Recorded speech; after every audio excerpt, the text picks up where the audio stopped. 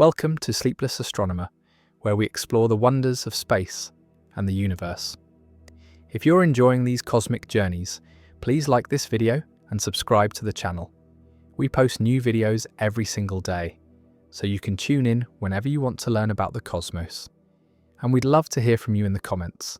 Let us know where in the world you're watching from.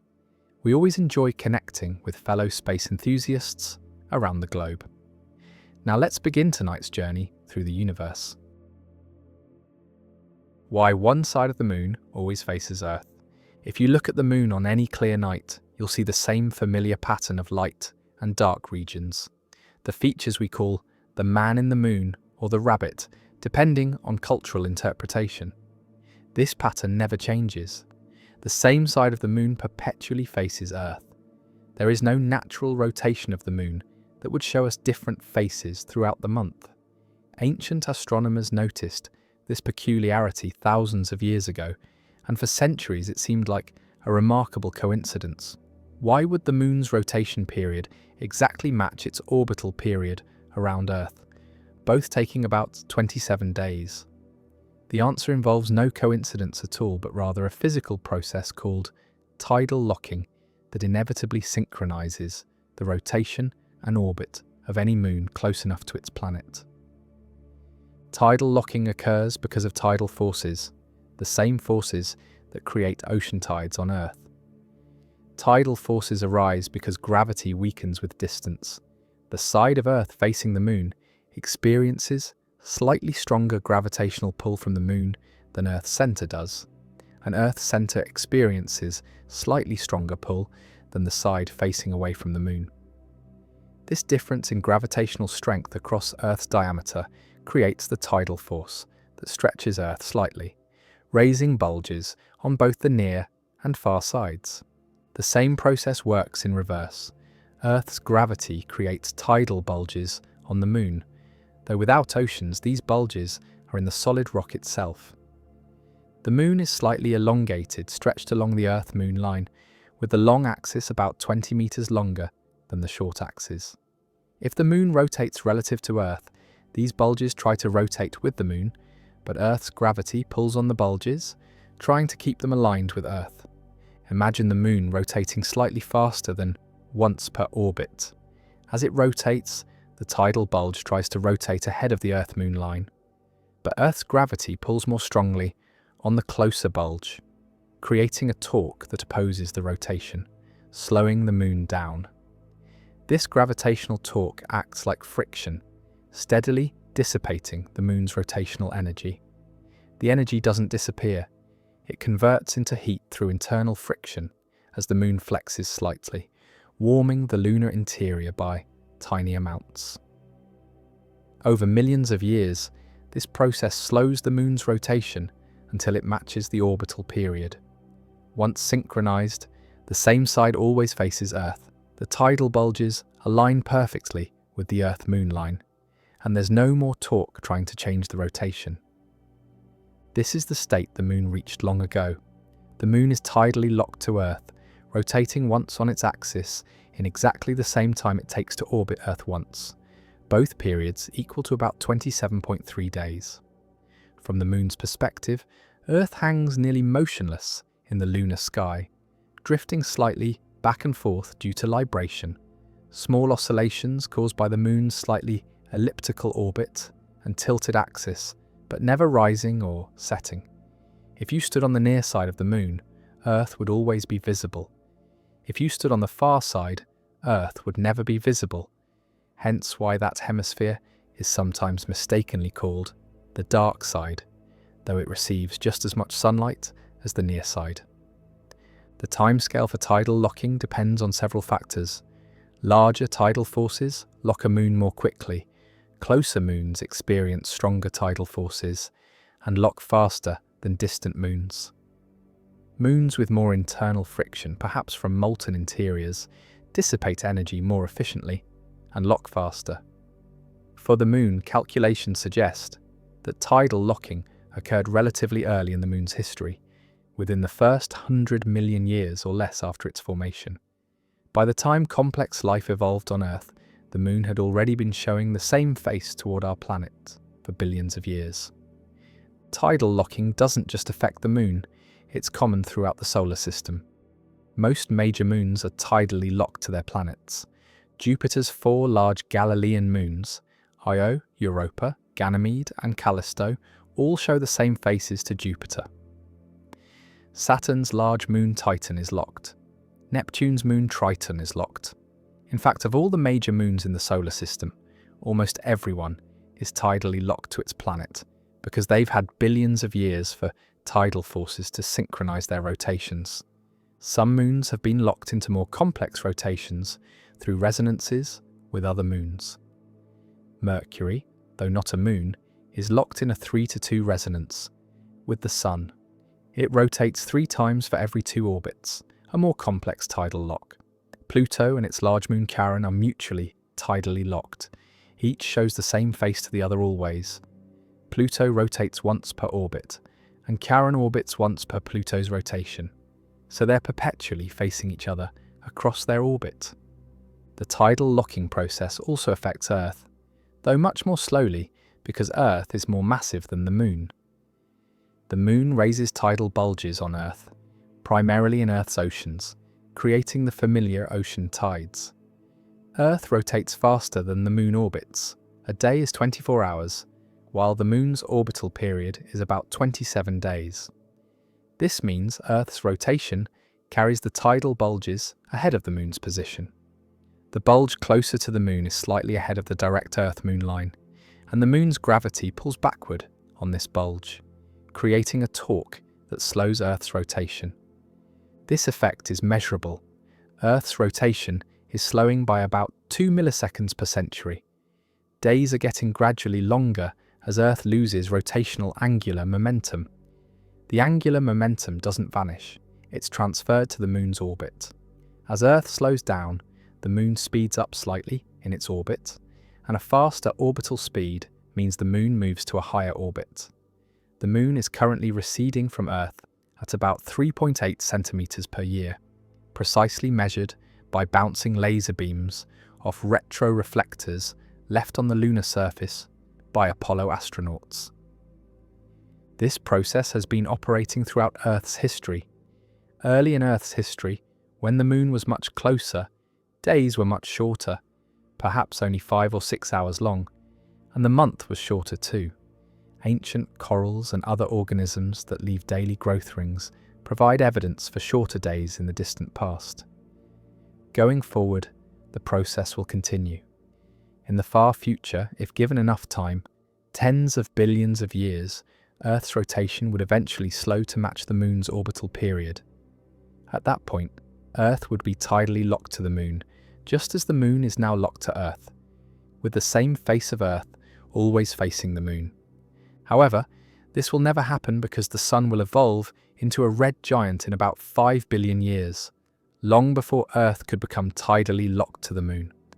The expanding Sun will engulf the inner solar system, making the question of Earth's rotation academic at best. The tidal locking of the Moon has significant consequences for lunar exploration and observation. The far side of the Moon remained completely unknown until spacecraft flew around it. The Soviet Luna 3 probe in 1959 captured the first images of the far side, revealing a surface surprisingly different from the near side. The far side has many more craters and far fewer of the dark volcanic plains called Maria that dominate the near side's appearance.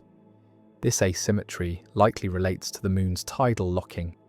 The near side experienced more volcanic activity, possibly because Earth's gravity affected the Moon's internal structure and thermal evolution. Communication with spacecraft on the lunar far side requires relay satellites because direct signals cannot reach Earth from there. China's Chang'e 4 mission, which landed on the far side in 2019, used a relay satellite positioned beyond the Moon to maintain communication. Future lunar bases on the far side would face this same communication challenge, requiring either relay satellites or cables running over the lunar surface to the near side. Tidal locking affects more than just moons. many exoplanets discovered orbiting close to their stars are likely tidally locked, with one hemisphere permanently facing the star in daylight, while the other remains in eternal darkness. These planets, particularly those orbiting red dwarf stars, where the habitable zone is very close to the star, would have extreme temperature contrasts between their day and night sides. Understanding how atmospheres redistribute heat on tidally locked planets is crucial for assessing their potential habitability. The fact that one side of the Moon always faces Earth is not a lucky accident, but the inevitable result of physical forces operating over immense timescales. Every moon close enough to its planet will eventually lock, synchronizing its rotation to its orbit. The Moon reached this state billions of years ago, and it will remain locked for the remaining lifetime of the Earth-Moon system. The same face that witnessed Earth's formation, the rise of life, the age of dinosaurs, and the emergence of humanity will continue watching Earth for billions of years to come, held in place not by chance but by the patient, inexorable work of tidal forces that have shaped orbital dynamics since the solar system formed, creating the familiar face we see in the night sky every month, unchanging and eternal from our human perspective, yet itself the product of changes stretching across geological deep time. Why space looks black? When astronauts look out the windows of the International Space Station, they see a view that never fails to inspire awe. Earth below with its blue oceans and swirling white clouds, and beyond it, the blackness of space dotted with brilliant points of starlight. That darkness seems natural and expected. Space is far from the sun, far from Earth's atmosphere, so of course it's dark. But this simple explanation masks a puzzle that perplexed astronomers for centuries. If the universe is infinite and filled with stars in every direction, then no matter where you look, your line of sight should eventually hit a star.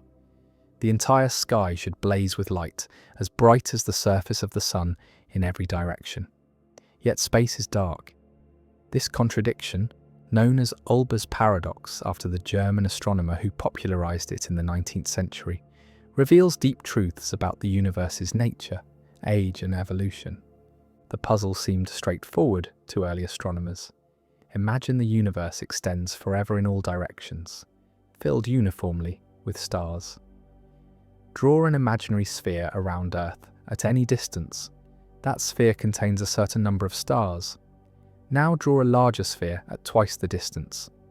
This larger sphere has 4 times the surface area, so it contains 4 times as many stars. Each individual star appears fainter because it's farther away. Brightness decreases with the square of distance, but there are 4 times as many stars, exactly compensating for their individual faintness. Every shell at every distance contributes the same amount of light. If the universe is infinite, there are infinitely many such shells, so the total light should be infinite. The night sky should be blindingly bright. Clearly, this doesn't match what we observe. The night sky is dark except for individual stars, planets, and the faint band of the Milky Way. Something must be wrong with the reasoning. Early astronomers proposed various solutions. Perhaps dust between stars absorbs starlight, darkening distant regions. But this doesn't really solve the problem. The dust would heat up from absorbed starlight and would eventually glow just as brightly as the stars themselves. Perhaps stars aren't distributed uniformly, with empty voids creating dark patches. But if the universe is infinite and eternal, stars should exist everywhere eventually, filling in any voids given enough time. The true solution involves the universe's finite age and its expansion, concepts unknown when Olbers formulated his paradox. The universe is not infinitely old. It began roughly 14 billion years ago in the Big Bang. Light travels at a finite speed, so we can only see light from objects whose light has had time to reach us since the universe began. The observable universe has a boundary, not a physical edge, but a horizon beyond which we cannot see, because light from more distant regions hasn't had enough time to reach us yet. This finite light travel time alone would solve Olbers' paradox even if the universe weren't expanding. There simply aren't infinitely many stars visible, only those within about 14 billion light-years, the distance light can travel in the age of the universe. This limits the total amount of starlight reaching us to a finite value, much less than would be needed to make the sky bright everywhere. But the universe's expansion adds another crucial element. Distant galaxies are receding from us as space itself expands. This recession causes their light to be redshifted, stretched to longer wavelengths. Light that left a distant galaxy as visible or ultraviolet radiation arrives, at Earth shifted into infrared or even microwave wavelengths. Our eyes cannot detect infrared or microwave light, so this redshifted radiation doesn't contribute to the visible brightness of the sky. The farther away a galaxy is, the faster it's receding, and the more severely its light is redshifted. The most distant galaxies we can observe have their visible light redshifted so far that it arrives as infrared or even radio waves.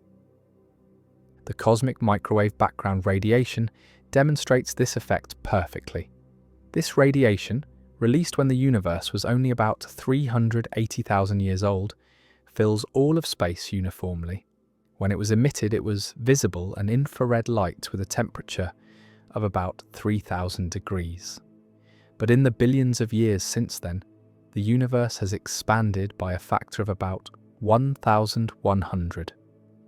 The wavelengths of this radiation have been stretched by the same factor, shifting what was once visible light into microwave wavelengths. The temperature corresponding to this radiation has dropped to less than 3 degrees above absolute zero. If we had eyes that could see microwaves, the sky would glow uniformly in every direction with this faint microwave light. But in visible light, it contributes nothing, leaving the sky dark. Another factor contributing to the darkness of space is the finite lifespan of stars and galaxies in their current bright state. Stars don't shine forever. They exhaust their fuel and fade.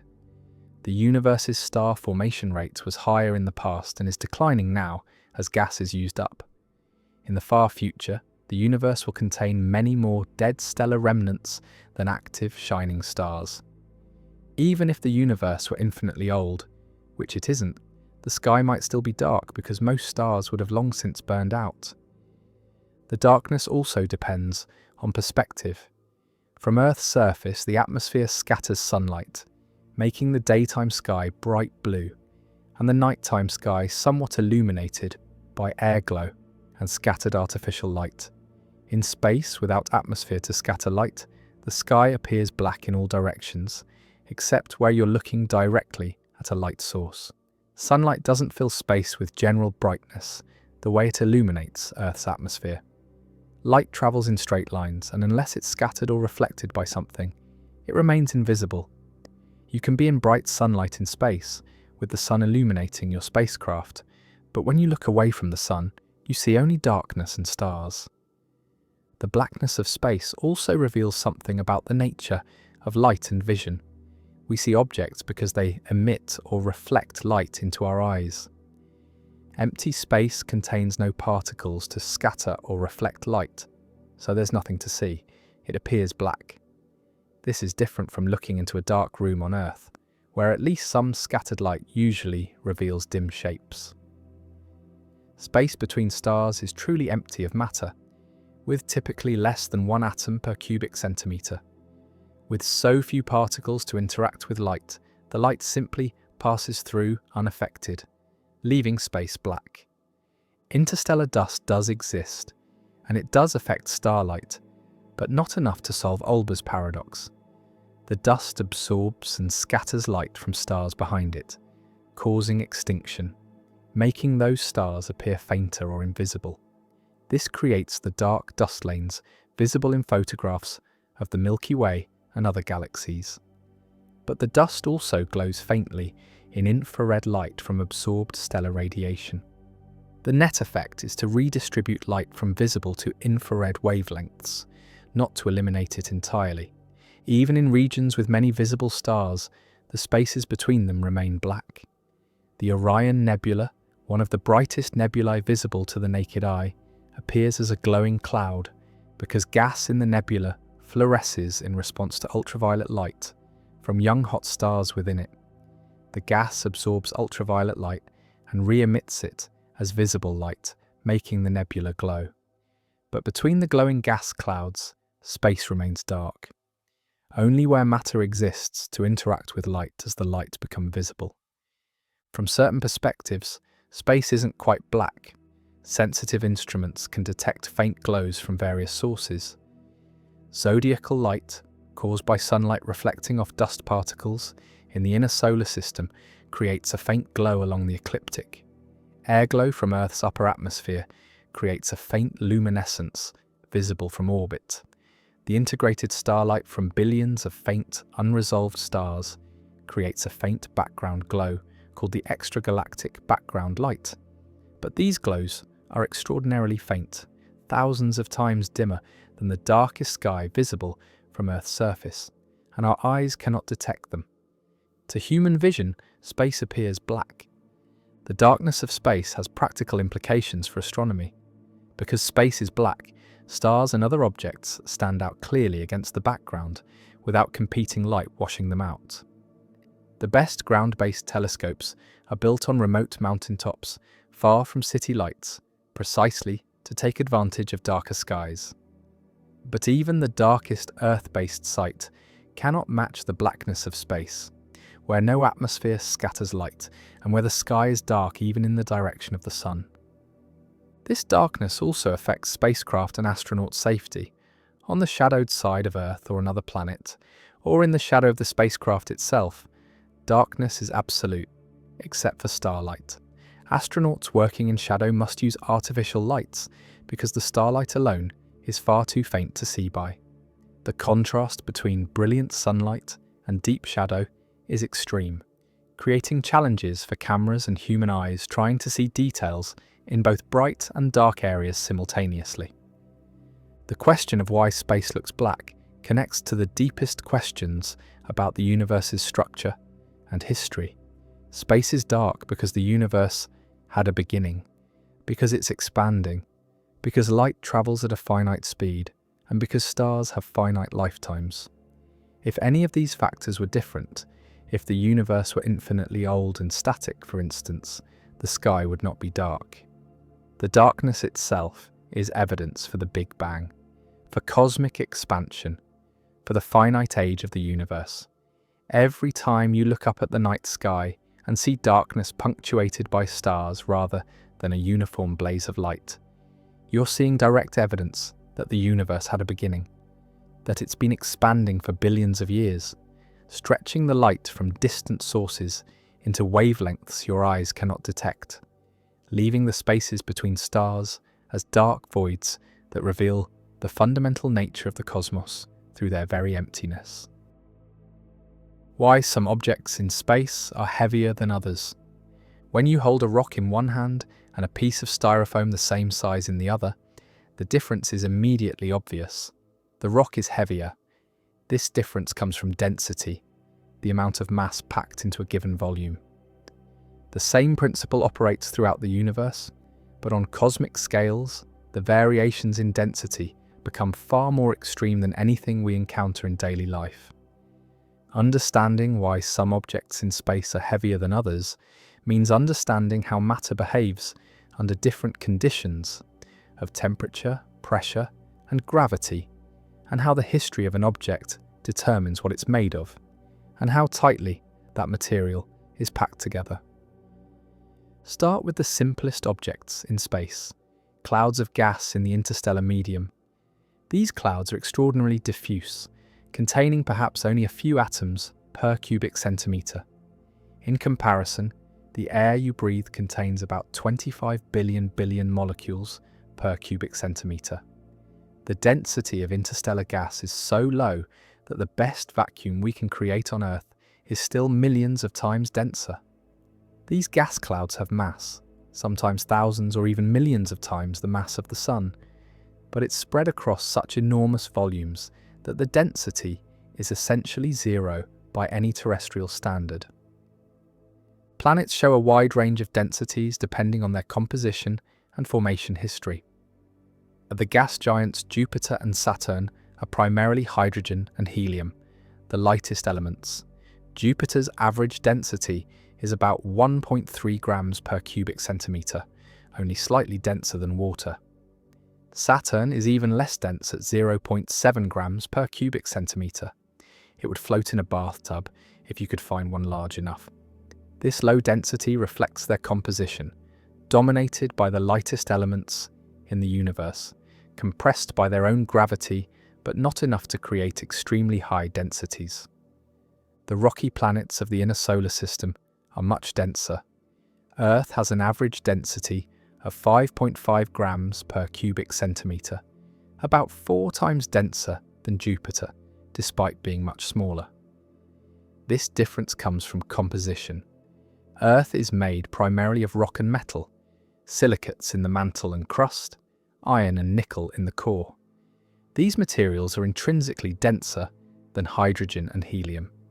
Silicon, oxygen, magnesium, and iron atoms are much more massive than hydrogen atoms, and when they bond together into minerals and metals, they pack together more tightly than gases can. Mercury, the innermost planet, is even denser than Earth at 5.4 grams per cubic centimetre, despite being much smaller.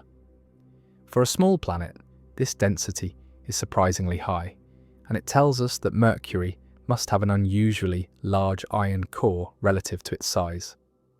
The leading theory, developed by planetary scientists studying how planets form, suggests that a massive impact early in Mercury's history stripped away much of its rocky mantle, leaving behind a planet that's mostly iron core, with only a thin shell of rock surrounding it.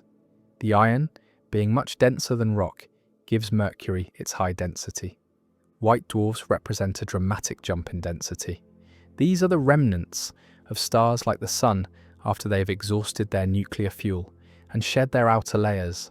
What remains is the core, compressed by gravity but supported by electron degeneracy pressure, a quantum mechanical effect that prevents electrons from being squeezed too closely together.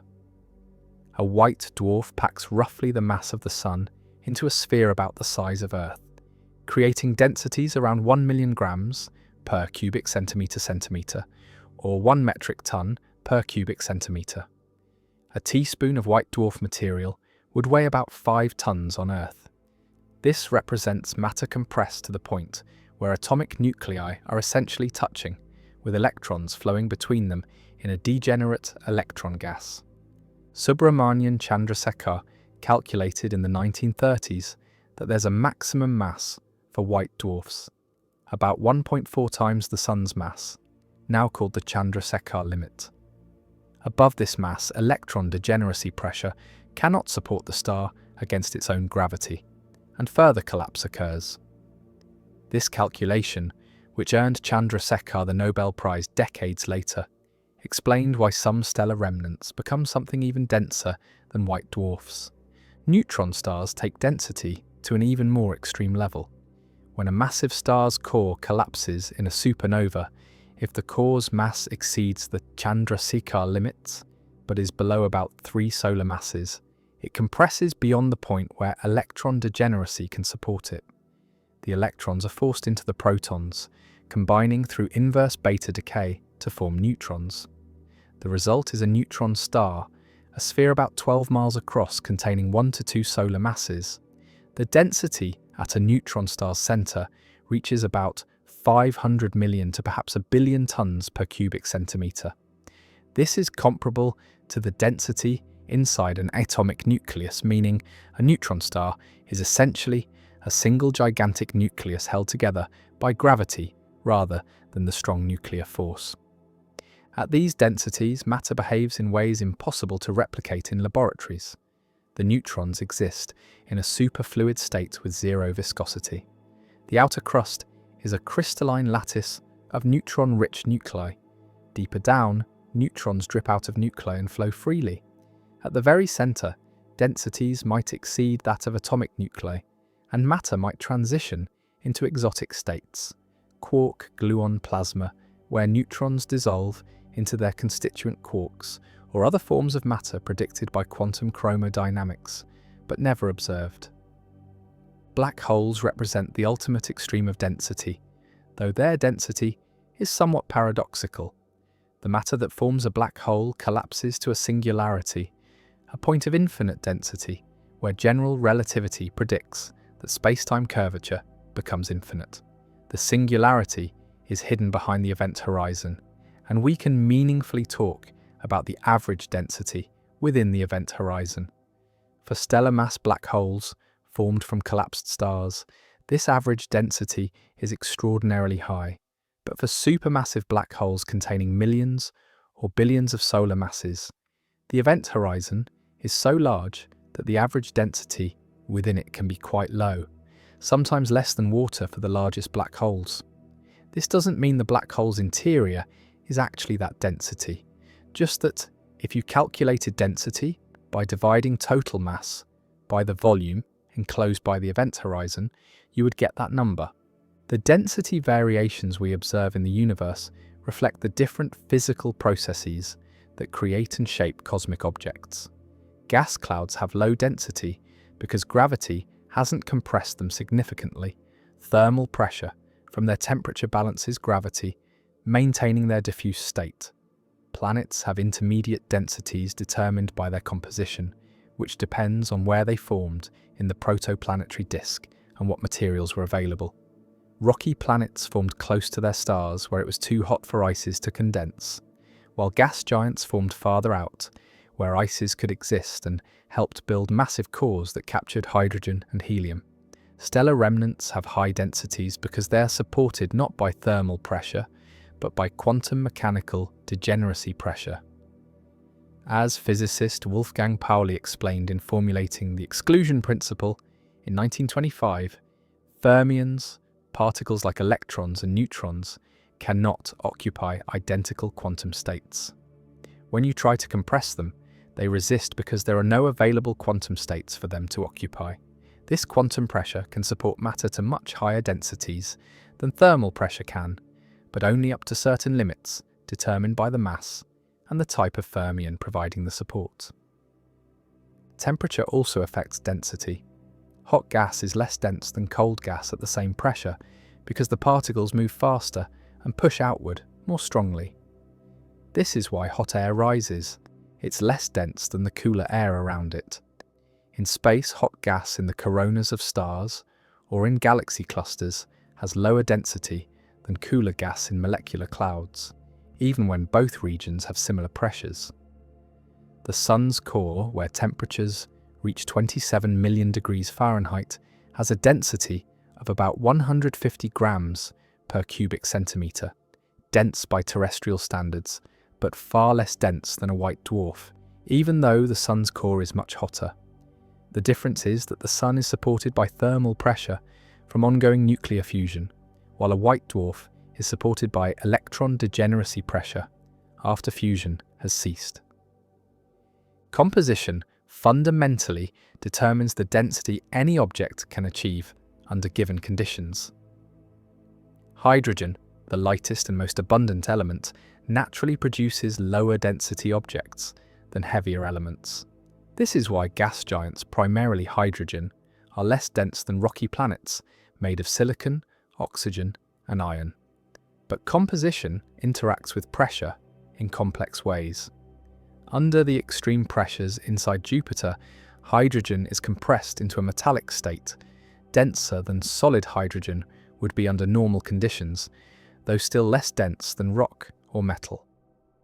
The formation history of an object determines both its composition and its density. Early in the solar system's formation, different materials condensed at different temperatures as the protoplanetary disk cooled. Close to the Sun, only metals and rocks could condense. These became the rocky planets. Farther out, where temperatures were lower, water ice could condense, providing additional solid material that helped build larger cores. These larger cores could then capture hydrogen and helium gas before the solar wind swept it away, forming gas giants. Farther still, At the coldest reaches, methane and nitrogen ices could condense, contributing to objects like Pluto and other Kuiper Belt objects. The history of compression matters too.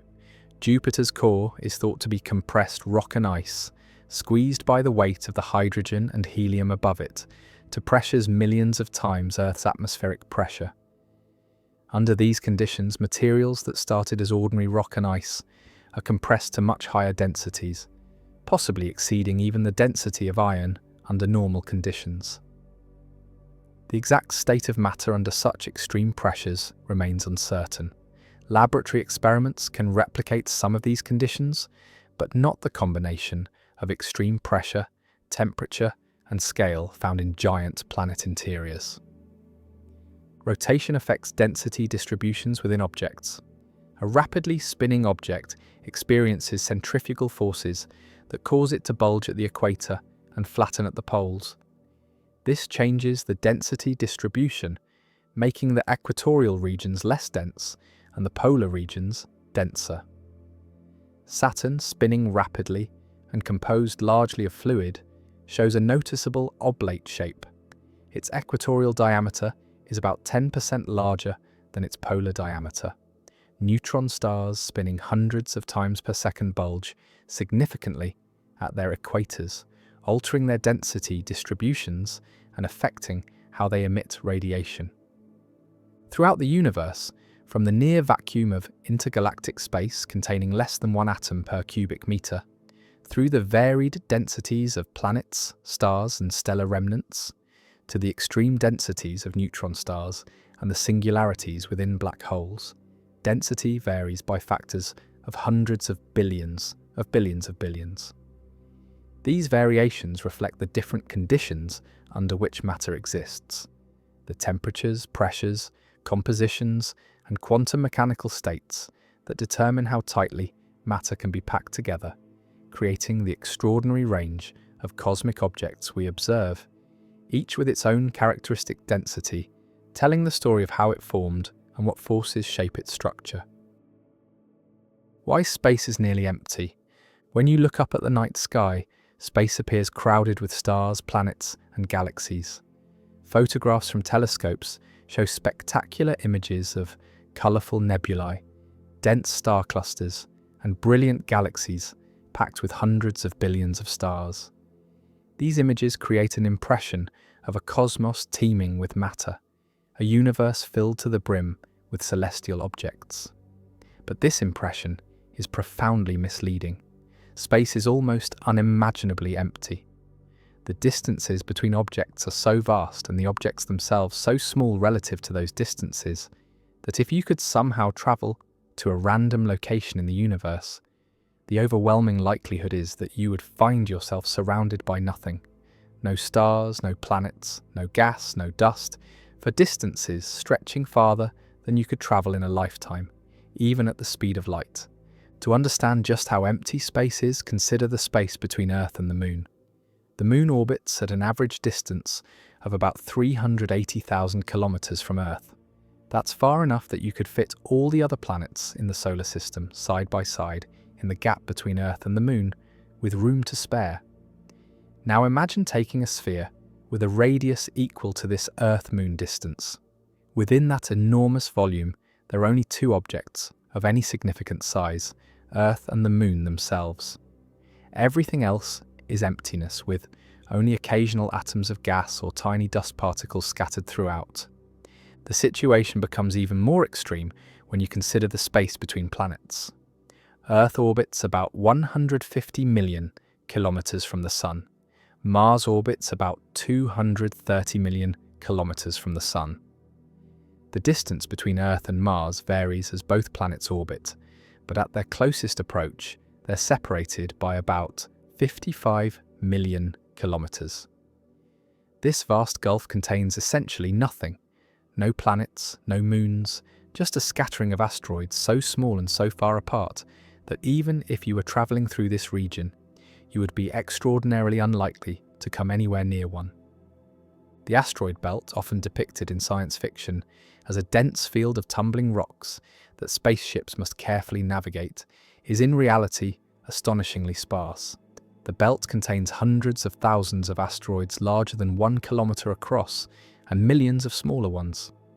This sounds like a lot, and by the standards of everyday experience it is. But these asteroids are spread across an enormous volume of space, a region extending from about 300 million kilometers to 500 million kilometers from the Sun, and spanning the full circumference around the Sun at these distances. The result is that the average distance between asteroids is measured in millions of kilometers. If you were to travel through the asteroid belt, you would see nothing for days or weeks of travel before coming near even a single asteroid. The density of matter in the asteroid belt averages far less than 1 particle per cubic kilometer. Compare this to air at sea level on Earth, which contains about 10 to the 25th particles per cubic kilometer, a 1 followed by 25 zeros. The asteroid belt, despite containing countless asteroids, is millions of billions of times less dense than the air you're breathing right now. Every spacecraft we've sent through the asteroid belt, and many have made the journey, has passed through without incident, without needing to dodge asteroids, simply because the belt is so incredibly empty. Beyond the planets, the emptiness becomes even more profound. The nearest star to our Sun, Proxima Centauri, lies about 40 trillion kilometers away, a distance so vast that light, traveling at 300,000 kilometers per second, takes over 4 years to cross it. If you scaled the Sun down to the size of a basketball, Earth would be a grain of sand orbiting about 25 meters away, and Proxima Centauri would be another basketball more than 6,000 kilometers away. The sphere of space between these two basketballs contains essentially nothing.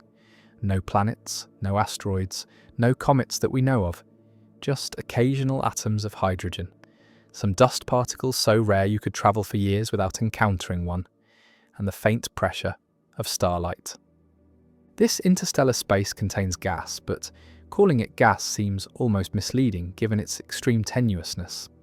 In the space between stars, the density averages about 1 atom per cubic centimeter. For comparison, air at sea level contains about 10 to the 19th atoms per cubic centimeter. Interstellar space is less dense than air by a factor of 10 million trillion. The best vacuum we can create in laboratories on Earth, in the most sophisticated vacuum chambers, is still millions of times denser than the average density of interstellar space. Even the densest regions of interstellar space, the molecular clouds where stars form, are extraordinarily sparse by terrestrial standards.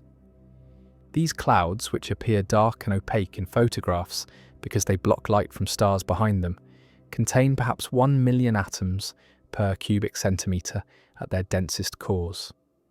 This is dense for space, but it's still 10 trillion times less dense than air on Earth. You could travel through the densest part of a molecular cloud and not even notice. There would be no resistance to your motion, no sense of passing through anything. The emptiness extends to larger scales as well. Our Milky Way galaxy contains somewhere between 100 billion and 400 billion stars, along with vast quantities of gas, dust, and dark matter.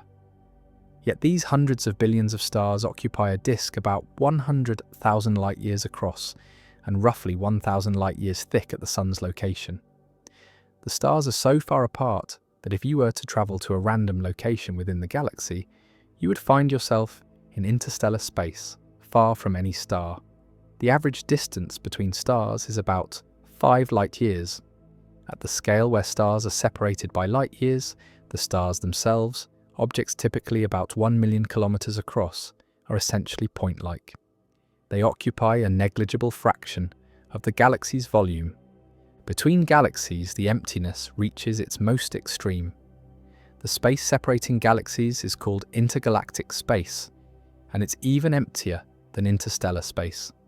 The density of matter in intergalactic voids, the enormous empty regions between galaxy clusters, is approximately 1 atom per 10 cubic meters. Think about that. You could take a cube of space 10 meters on each side, large enough to contain a small house, and on average, it would contain just 1 single atom. This is as close to perfect vacuum as nature achieves anywhere in the universe. The scale of intergalactic distances staggers comprehension. The Andromeda Galaxy, the nearest large galaxy to our Milky Way, lies about 2.5 million light-years away.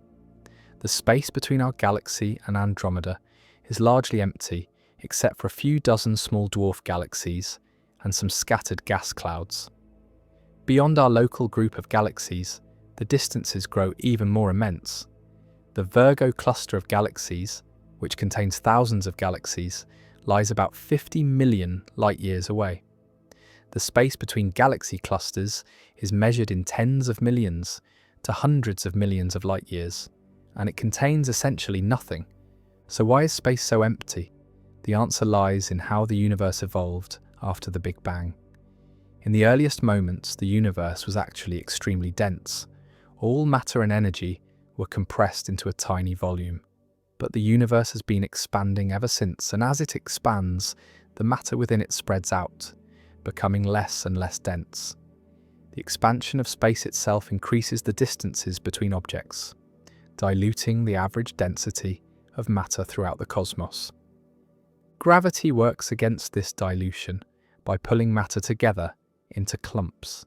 Regions that were slightly denser than average in the early universe attracted more matter, becoming denser still, while regions that were slightly less dense lost matter to the denser regions and became emptier. Over billions of years, this process created the structure we see today. Matter concentrated into stars, which are concentrated into galaxies, which are concentrated into galaxy clusters and superclusters with vast voids between them.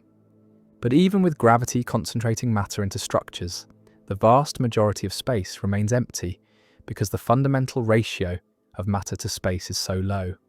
If you took all the matter in the observable universe, every atom in every star, planet, gas cloud and galaxy, and spread it uniformly throughout all of space, the density would be about 5 atoms per cubic meter.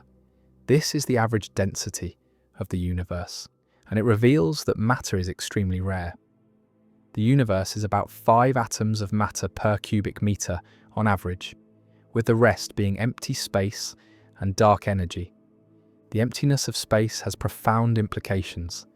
It means that collisions between stars are extraordinarily rare, even in the centers of galaxies, where stars are most densely packed. When two galaxies collide, and galaxy collisions are fairly common on cosmic timescales, the stars themselves almost never hit each other. The galaxies pass through each other, like two clouds of gnats interpenetrating without individual gnats colliding, because the distances between stars are so large compared to the stars' sizes. The emptiness also means that space travel is, in some ways, easier than it might otherwise be. A spacecraft travelling through space doesn't need to constantly dodge debris or navigate through fields of material. Space is clear. The challenges of space travel come not from crowding but from the vast distances between destinations and the energy required to cross those distances. Light from distant objects travels through this emptiness for billions of years, crossing intergalactic voids, interstellar space, and the relative crowding of planetary systems to eventually reach our telescopes. The fact that we can see distant galaxies at all, objects billions of light years away, testifies to how empty space is. If space were filled with gas or dust at densities even remotely approaching terrestrial conditions, the light would be scattered and absorbed long before travelling such distances.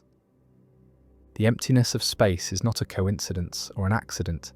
It's a fundamental consequence of the universe's expansion, the initial density of matter after the Big Bang, and the way gravity organises that matter into structures. The spectacular images of galaxies, nebulae, and star clusters show us the rare locations where matter has concentrated. But these are the exceptions, the islands of matter in an ocean of emptiness. The typical state of the universe is not the crowded star field or the dense nebula.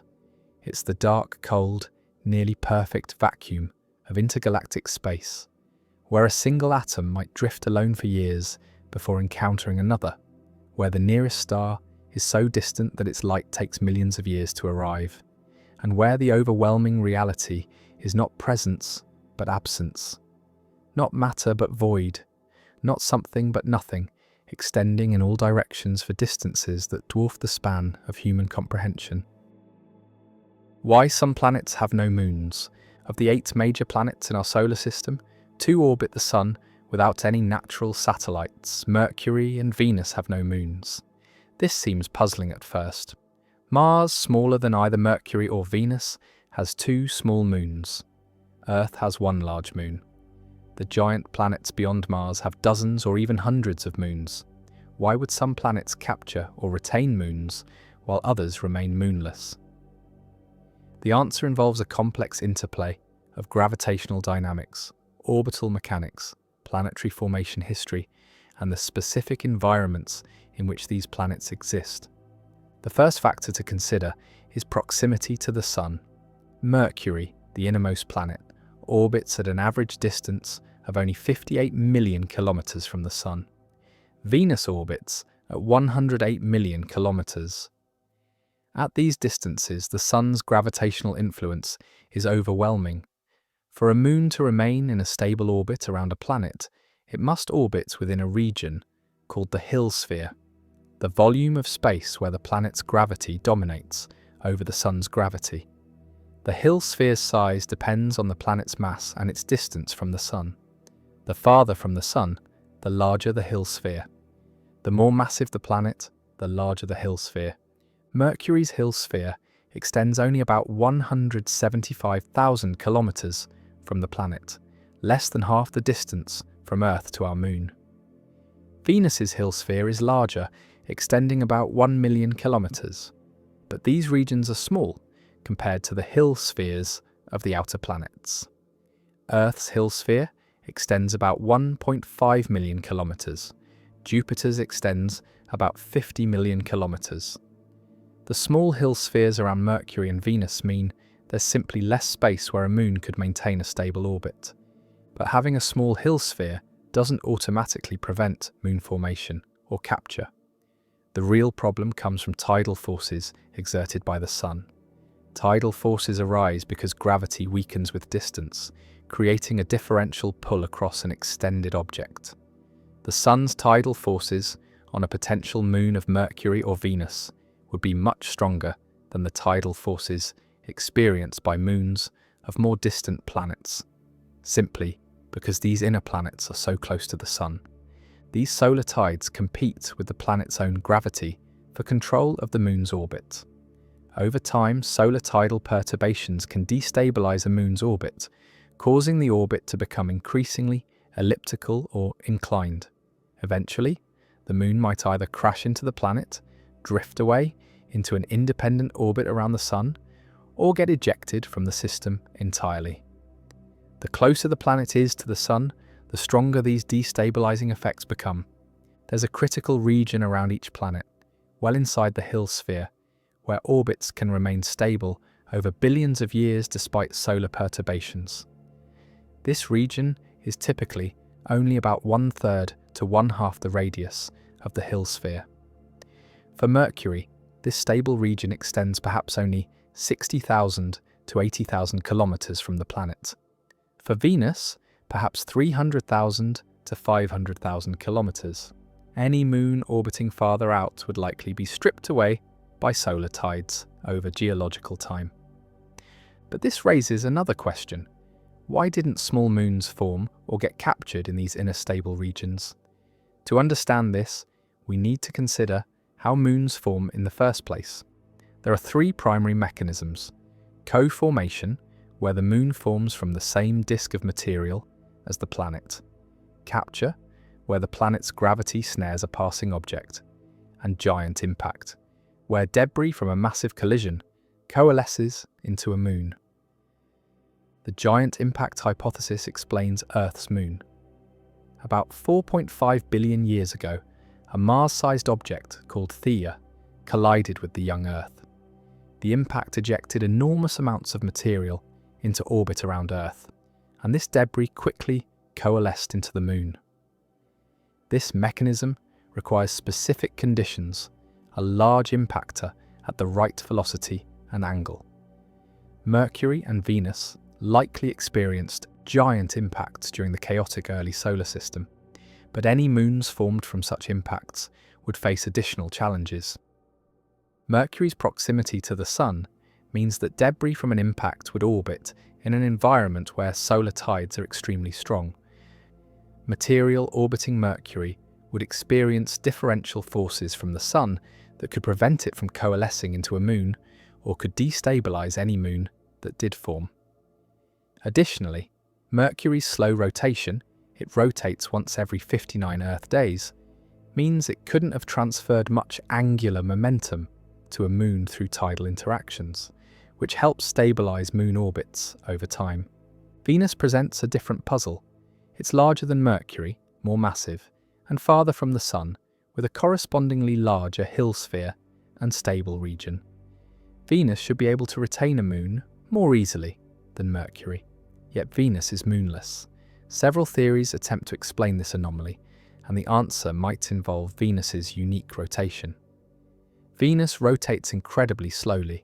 One Venusian day lasts 243 Earth days, and it rotates backward relative to its orbital motion, a condition called retrograde rotation.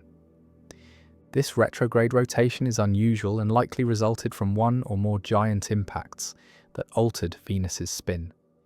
If Venus once had a moon formed from such an impact, the combination of Venus's slow retrograde rotation and solar tides could have caused the moon to spiral inward rather than outward.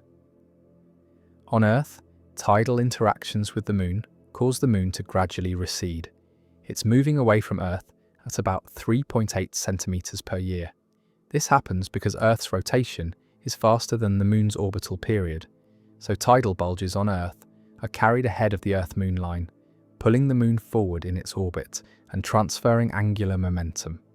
For a moon orbiting retrograde Venus, or orbiting a very slowly rotating Venus, the tidal dynamics work differently. The tidal bulges would lag behind rather than lead, causing the moon to lose orbital energy and spiral inward toward the planet. Eventually, the moon would cross the Roche limit, the distance inside which tidal forces overcome the moon's self-gravity, and be torn apart. The fragments would either fall onto Venus or spread into a ring system that gradually decayed, with particles spiraling down to the planet's surface over millions of years. If Venus had a moon in the distant past, this mechanism could have destroyed it billions of years ago. Alex Alemi and David Stevenson proposed this scenario in 2006, suggesting that Venus's slow retrograde rotation would cause any moon to spiral inward and be destroyed within tens of millions of years. Their calculations showed that even a large moon, similar in size to Earth's moon, would meet this fate if Venus rotated slowly enough. The giant impact that created the moon might also have been responsible for slowing or reversing Venus's rotation, setting up the conditions for the moon's eventual destruction.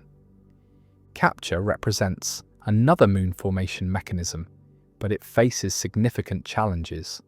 For a planet to capture a passing asteroid or other object, something must remove energy from the object's orbit during the close encounter.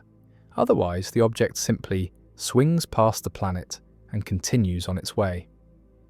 Energy can be removed through atmospheric drag if the planet has a thick atmosphere, through gravitational interactions with existing moons in a three-body interaction, or through tidal forces if the encounter is extremely close. Mercury has essentially no atmosphere, so atmospheric capture is impossible. Venus has a thick atmosphere, but capturing an object large enough to be considered a moon rather than just a small asteroid would require the object to pass through the upper atmosphere at just the right velocity and angle, an unlikely scenario.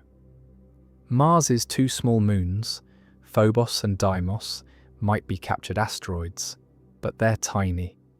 Phobos is only about 22 kilometers across, and Deimos about 12 kilometers. Mars likely captured them during the early solar system, when more debris was available and orbital dynamics were more chaotic. For Mercury and Venus, The combination of their locations in the inner solar system, where fewer large objects were available for capture, and the difficulty of the capture process itself, meant that gravitational capture of moons was unlikely. The inner solar system was largely cleared of debris early in solar system history, as objects either accreted into planets, fell into the sun, or were ejected to the outer system through gravitational interactions with the growing planets. The composition and formation history of the inner planets also matters. Mercury, Venus, Earth, and Mars formed from the inner portion of the protoplanetary disk, where temperatures were too high for ice to condense. These planets formed primarily from rocky and metallic materials. The giant planets formed farther out, where ices could exist, providing more material for planet and moon formation. The abundance of material in the outer solar system, both for forming the planets themselves and for forming moons, was simply greater than in the inner solar system. The giant planets likely formed their large regular moons, the major satellites that orbit in the planet's equatorial plane, from circumplanetary disks, miniature versions of the protoplanetary disk that surrounded the young sun. These disks contained enough material to form multiple large moons. Jupiter's 4 Galilean moons, Io, Europa, Ganymede, and Callisto, discovered by Galileo Galilei in 1610, formed this way. Saturn's major moons, including Titan, formed similarly. The inner planets, with less mass and forming in a region with less available material, likely didn't have substantial circumplanetary disks, making it difficult to form moons through this mechanism. Exoplanet studies have revealed that moonless planets might be quite common. Many exoplanets discovered so far are hot Jupiters, gas giants orbiting extremely close to their host stars, often closer than Mercury orbits the Sun. These planets, despite being massive, likely have no moons because the extreme proximity to their stars creates even more severe tidal effects than Mercury experiences. Any moons would be quickly stripped away by stellar tides. Some hot Jupiters may have had moons when they formed farther from their stars, but lost them as the planets migrated inward to their current close-in orbits. Other exoplanets orbit in the habitable zones of their stars at distances where moons could potentially remain stable. Whether these planets have moons depends on their formation history, the availability of material for moon formation, and the dynamical environment in which they formed. Detecting exomoons, moons orbiting exoplanets, remains at the edge of current observational capabilities, though several candidates have been proposed. As detection techniques improve, we'll learn whether most planets have moons or whether moonless planets are actually the norm.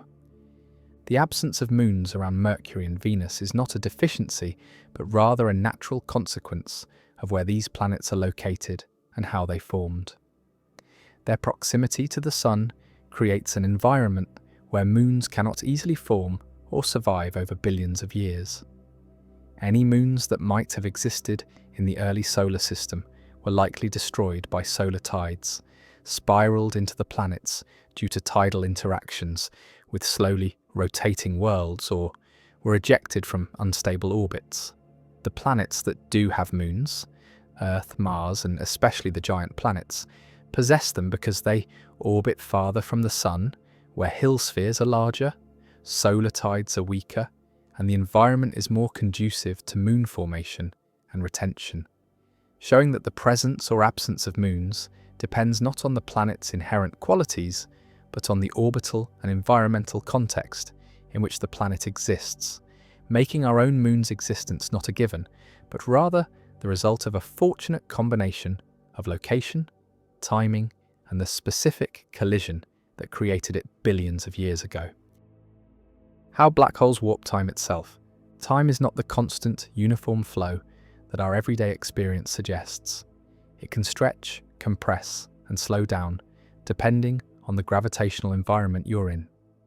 Nowhere is this more extreme than near a black hole, where gravity becomes so intense that time itself warps in ways that challenge our intuition and transform our understanding of reality. Understanding how black holes affect time means grappling with one of the most profound insights of modern physics, that space and time are not separate, fixed stages on which events unfold, but rather a unified fabric that can be bent, twisted, and stretched by the presence of mass and energy. The foundation for understanding time dilation near black holes comes from Albert Einstein's general theory of relativity, published in 1915. Einstein proposed that what we perceive as gravity is actually the curvature of spacetime caused by mass and energy. Massive objects create depressions in the fabric of spacetime, much like a bowling ball placed on a stretched rubber sheet creates a depression that affects how nearby marbles roll. This curvature affects not just the paths that objects follow through space, but also the rate at which time passes. The basic principle is that time passes more slowly in stronger gravitational fields. This effect, called gravitational time dilation, has been confirmed through countless experiments. Atomic clocks placed at different altitudes on Earth tick at measurably different rates. Clocks at sea level run slightly slower than clocks on mountaintops, because they're deeper in Earth's gravitational well. The difference is tiny, only nanoseconds per day, but it's real and measurable. GPS satellites must account for this effect.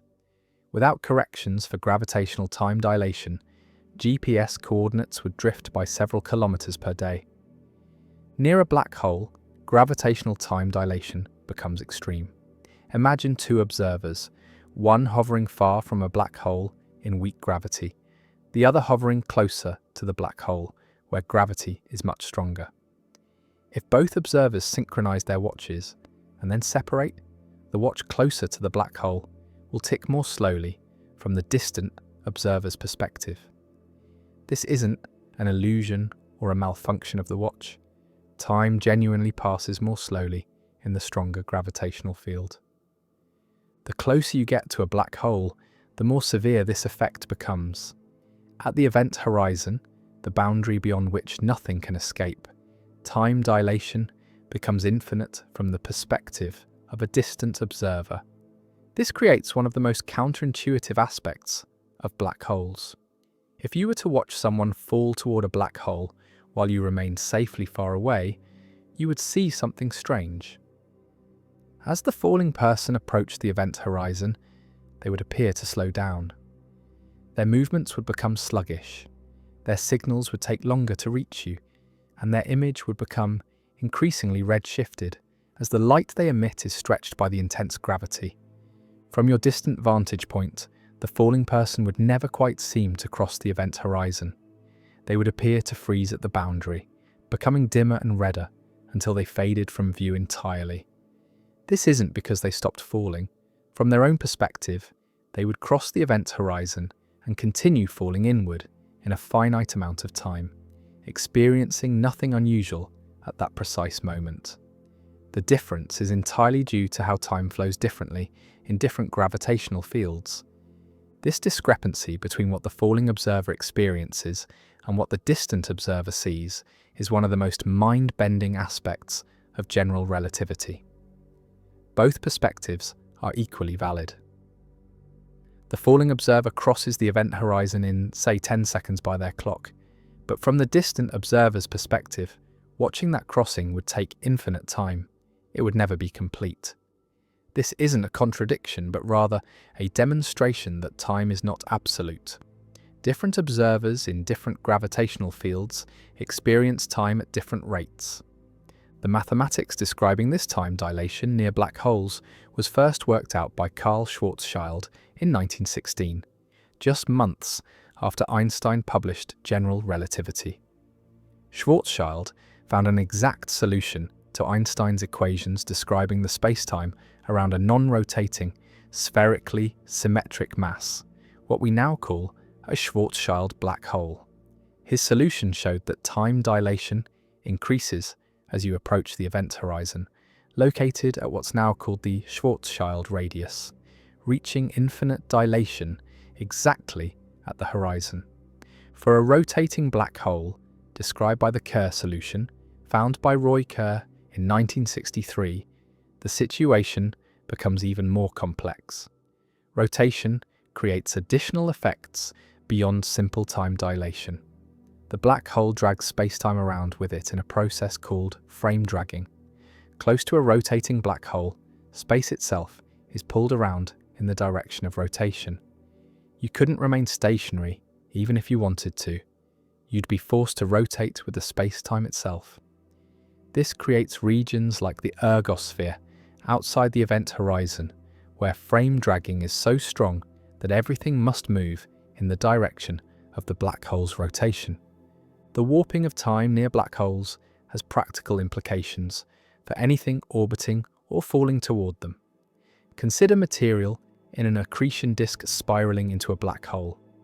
Material in the inner portions of the disk, closer to the black hole, experiences stronger time dilation than material farther out.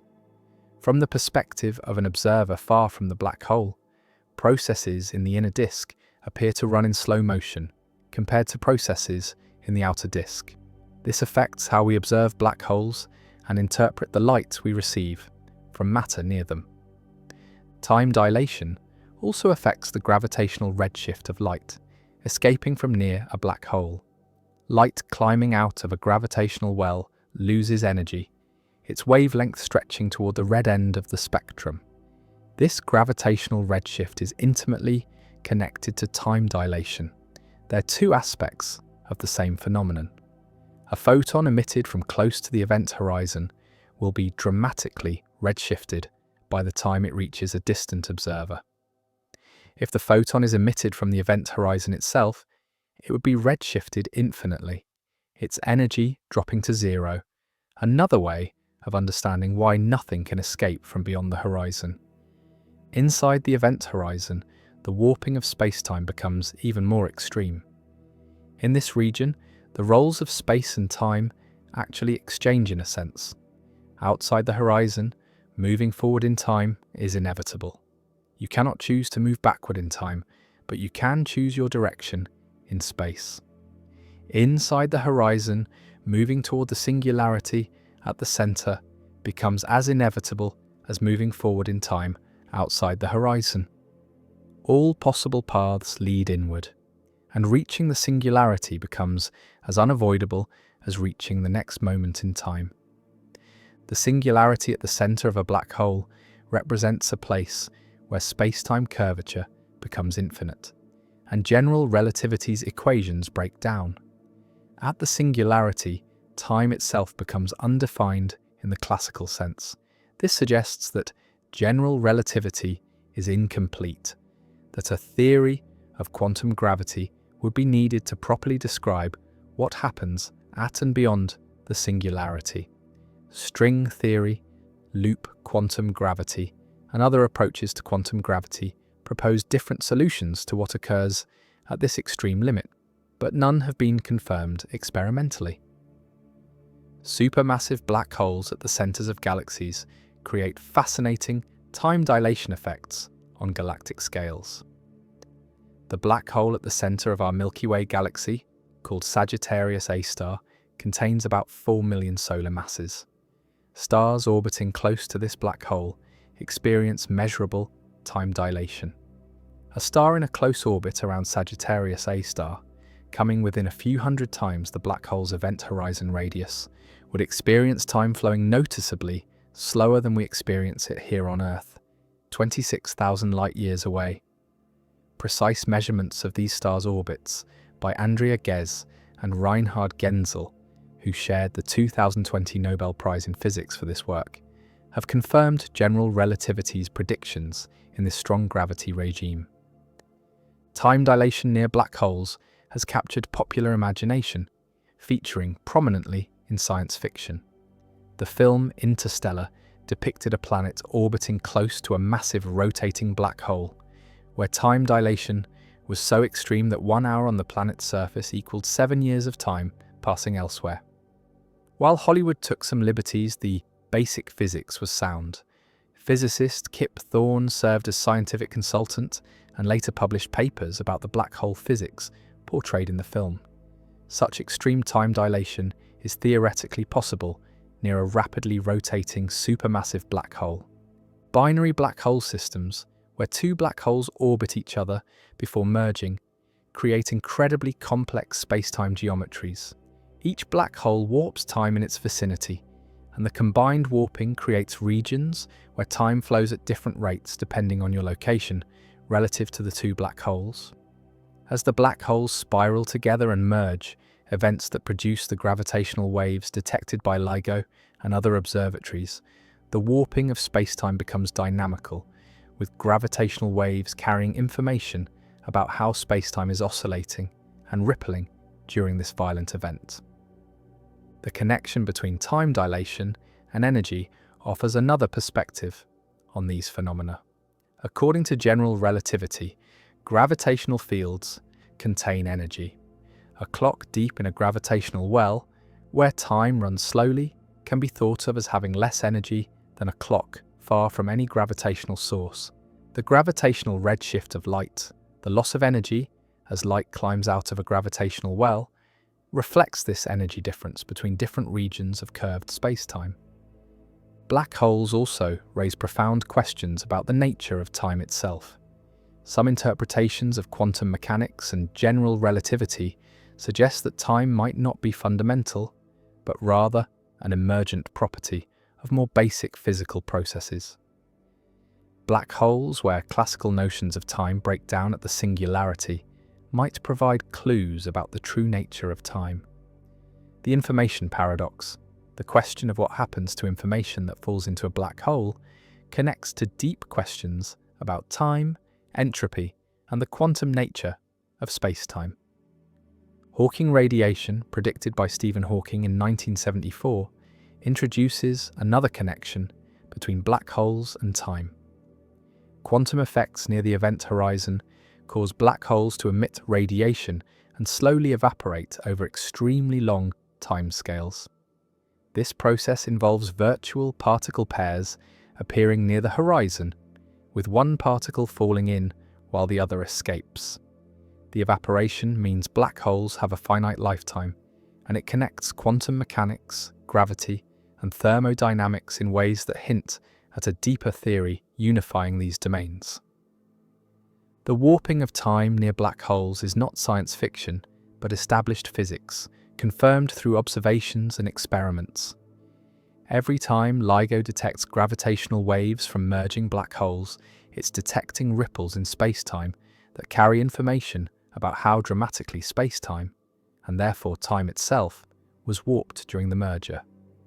Every observation of matter orbiting near black holes, every measurement of gravitational redshift, every test of general relativity in strong gravitational fields, confirms that time is not absolute, but is woven into the fabric of spacetime, susceptible to warping and stretching by mass and energy, reaching its most extreme manifestation near black holes, where the flow of time slows to a crawl, and ultimately, at the event horizon, appears to stop entirely from the perspective of distant observers watching the inexorable pull of gravity on the fabric of reality itself.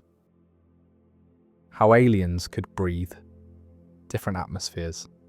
When we imagine aliens visiting Earth in science fiction, they often step out of their spacecraft and breathe our air without difficulty, or they wear helmets and breathing apparatus because our atmosphere is toxic to them. Both scenarios recognize a fundamental truth. The atmosphere that sustains one form of life might be useless or deadly to another. On Earth, oxygen is essential for most complex life, powering the high-energy metabolisms of animals through cellular respiration. But oxygen wasn't always abundant in Earth's atmosphere, and even today, many organisms live without it, thriving in environments where oxygen is scarce or absent.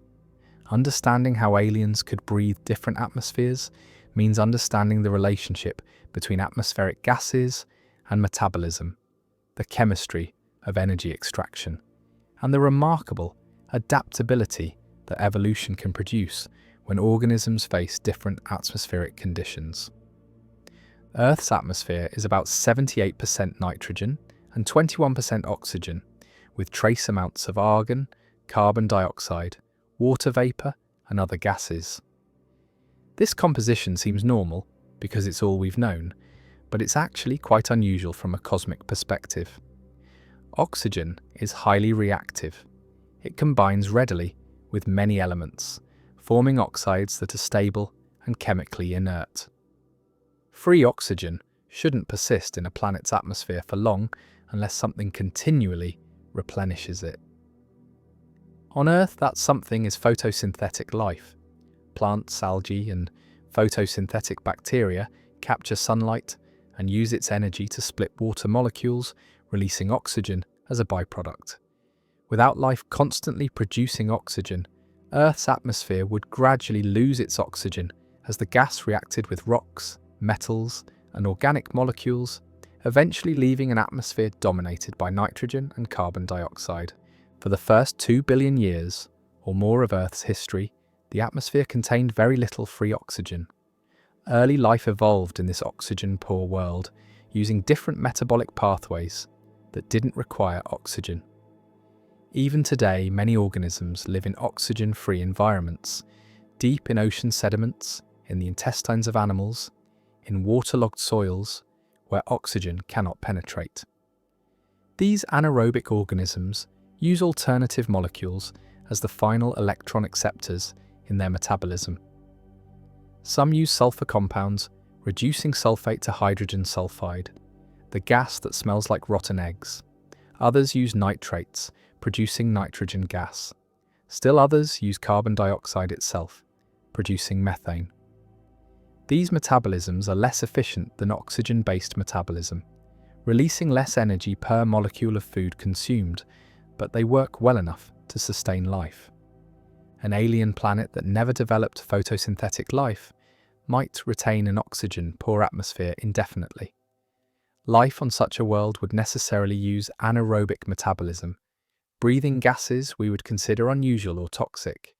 Hydrogen sulfide, lethal to most Earth animals, could serve as the oxidizing agent in alien metabolism. Organisms might inhale hydrogen sulfide and exhale elemental sulfur or some other sulfur compound. Their biochemistry would be built around sulfur chemistry, the way ours is built around oxygen chemistry. These aliens would find Earth's oxygen-rich atmosphere as toxic as we find hydrogen sulfide. Oxygen would react with their sulfur-based biochemistry, disrupting the carefully balanced chemical reactions that keep them alive. Methane represents another possibility. Methane is a simple molecule, one carbon atom bonded to 4 hydrogen atoms, and it exists as a gas at temperatures where water is liquid.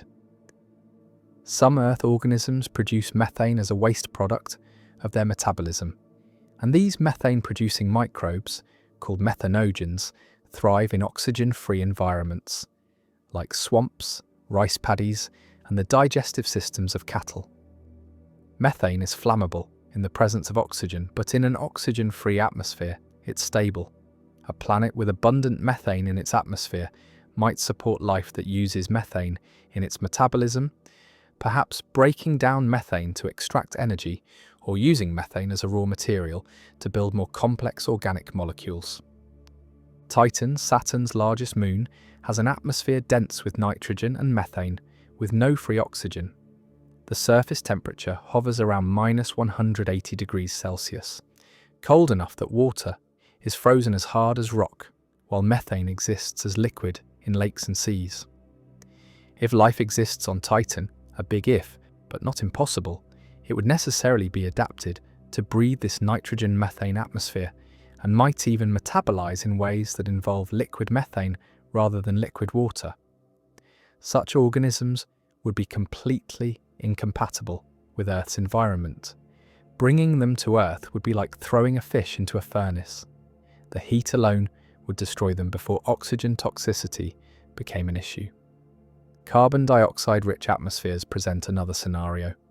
Venus has an atmosphere that's about 96% carbon dioxide, creating a crushing surface pressure about 90 times Earth's atmospheric pressure, and a runaway greenhouse effect that raises surface temperatures to over 450 degrees Celsius. No life could exist in Venus's current conditions, but a cooler planet with a carbon dioxide atmosphere and might be habitable. Some Earth organisms already tolerate high carbon dioxide levels that would kill humans. Deep-sea hydrothermal vent communities, for instance, experience high carbon dioxide concentrations dissolved in water. Organisms adapted to such environments have specialized biochemistry that allows them to function despite the high carbon dioxide. Aliens from a carbon dioxide-rich world might metabolize in ways that involve carbon dioxide directly. Perhaps they would use carbon dioxide as an oxidizing agent, combining it with hydrogen-rich compounds to extract energy, producing methane or other hydrocarbons as waste products. Or they might use carbon dioxide as a raw material, building organic molecules from carbon dioxide the way plants do, but doing so as part of their metabolic processes rather than as a separate photosynthetic function. These aliens might find oxygen toxic and carbon dioxide essential, the opposite of most Earth animals. Ammonia is another gas that could potentially play a role in alien respiration. Ammonia is toxic to most Earth life, disrupting pH balance and interfering with normal biochemistry. But at lower temperatures, ammonia can exist as a liquid, and some scientists have speculated that ammonia could serve as a solvent for biochemistry on very cold worlds, potentially replacing water. An atmosphere with significant ammonia might support organisms that breathe ammonia, using it in their metabolism in ways we can barely imagine.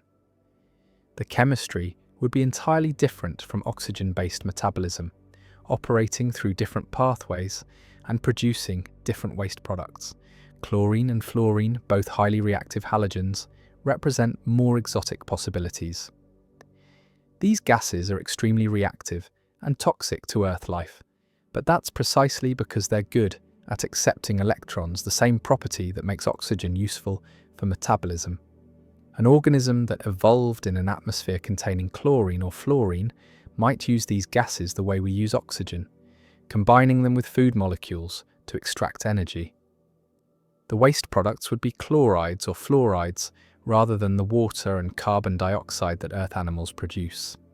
Such organisms would find Earth's atmosphere lacking. Our oxygen, while reactive, wouldn't fit into their chlorine-based or fluorine-based biochemistry. They would suffocate in our air despite it containing a highly reactive gas. The partial pressure of gases matters as much as their chemical identity. Partial pressure is the pressure contributed by a specific gas in a mixture. For instance, Earth's atmosphere has a total pressure at sea level of about 1 atmosphere, and oxygen makes up 21% of that. So oxygen's partial pressure is about 0.21 atmospheres. Humans need oxygen at roughly this partial pressure to survive. Too little at high altitudes where atmospheric pressure drops and we suffer hypoxia, unable to get enough oxygen into our blood. Too much in pure oxygen at high pressure and oxygen becomes toxic, causing seizures and lung damage. Aliens would have similar constraints based on their biochemistry. An alien that breathes hydrogen sulfide might need it at a specific partial pressure.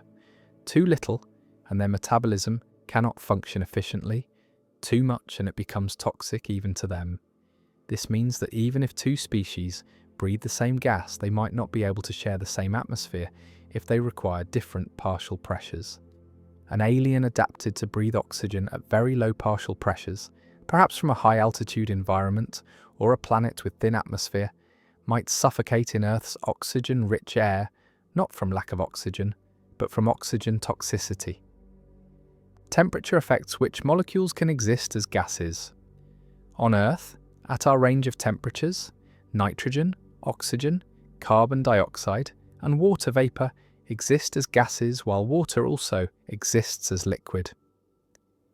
On a much hotter planet, perhaps one close to its star, gases we don't encounter might be common. Sulfur compounds that are liquids or solids on Earth might be gases on a hot world. Metals like mercury or even iron could exist as vapor in the atmosphere of an extremely hot planet. Life on such a world if it could exist at all, might breathe exotic gases that would condense into liquids or solids in Earth's relatively cool atmosphere. Conversely, on extremely cold worlds, gases that are common on Earth might be frozen solid. On Pluto, where temperatures drop to around -230 degrees Celsius, nitrogen, which makes up most of Earth's atmosphere, freezes into solid nitrogen ice.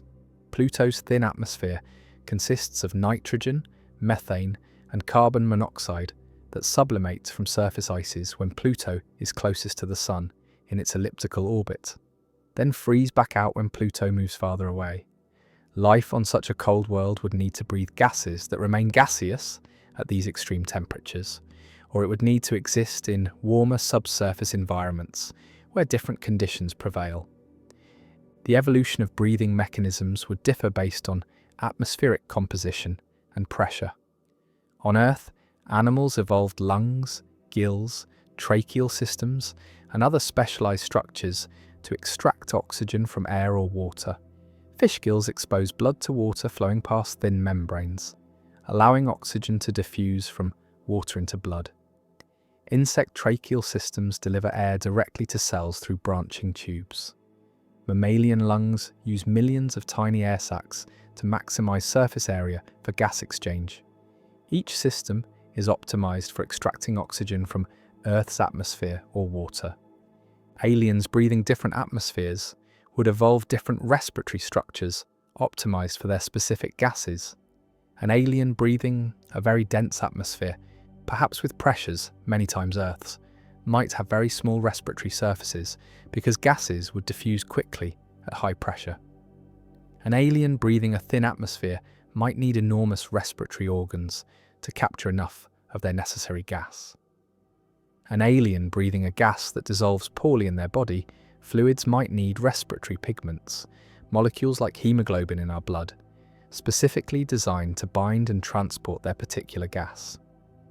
Some aliens might not breathe at all in the sense of moving gases in and out of their bodies. Single-celled organisms on Earth absorb oxygen directly through their cell membranes without any respiratory system.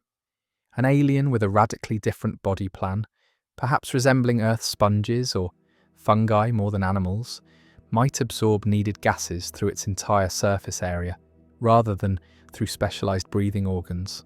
Or an alien might rely entirely on anaerobic metabolism happening within its cells, never needing to extract gases from the environment at all, living on chemical energy stored in molecules absorbed from its surroundings. The possibility of breathing different atmospheres means that habitable zones around stars become more complex. The traditional habitable zone focuses on temperature, the range where liquid water can exist. But a habitability zone could be defined for any solvent and any metabolic gas. There's a methane habitability zone at different temperatures where methane is liquid. There's a hydrogen sulfide habitability zone where that gas exists at suitable pressures. There's an ammonia habitability zone at very cold temperatures. Each zone would support fundamentally different kinds of life adapted to its specific conditions.